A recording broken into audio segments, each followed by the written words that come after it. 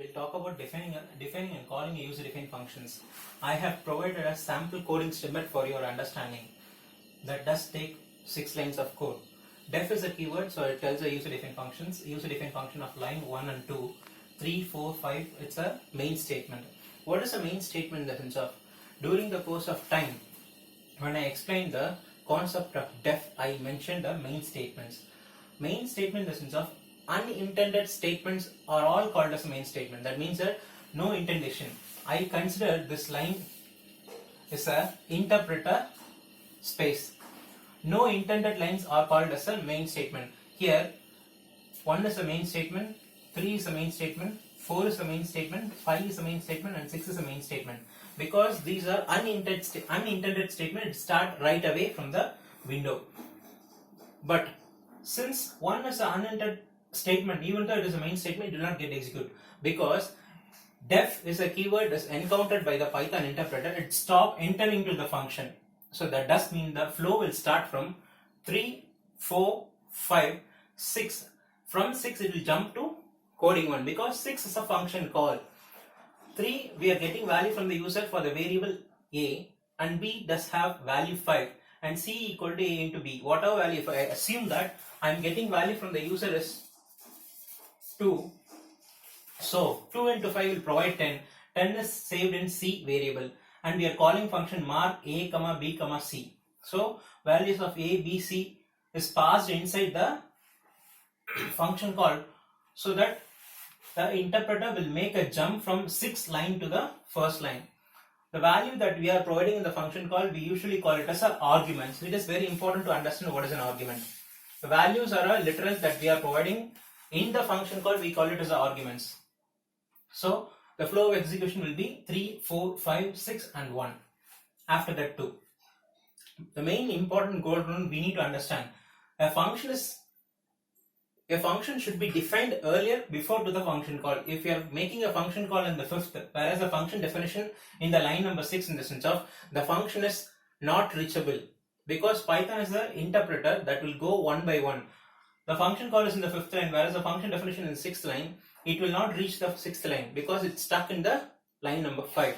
So a function should be defined earlier before to the function call. That is a major rule that we have to understand about the functions call and function definition. We'll talk about the flow of execution of this given code snippet. The code will start from the line number 3. So it will start, the first line could get executed as a equal to int of input, getting the value for the a, and b equal to 5, that is line number 4, 5.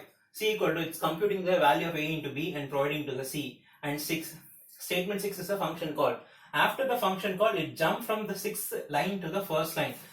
So that means that line 1 to line 2 is, we call it as a function. This square braces I just made it for understand execution frame. Whenever the function call is initiated, it creates an execution frame, because it stops at one particular point, it jumps to the another location of the program, so it creates an execution frame. So we call it as execution frame. So in execution frame, we need to understand what are the things are in the execution frame. Execution frame, these are the 4 important points are in there. First one is error handling. If any error is occurred during the course of time, how to handle that will be done in the execution frame by default. Next, value passed. What are the value that you are passing to the function? That will be saved in error execution frame.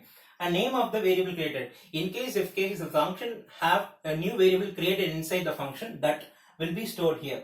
And next statement, after executing the function, where the interpreter is supposed to jump. For example, 3, 4, 5, 6.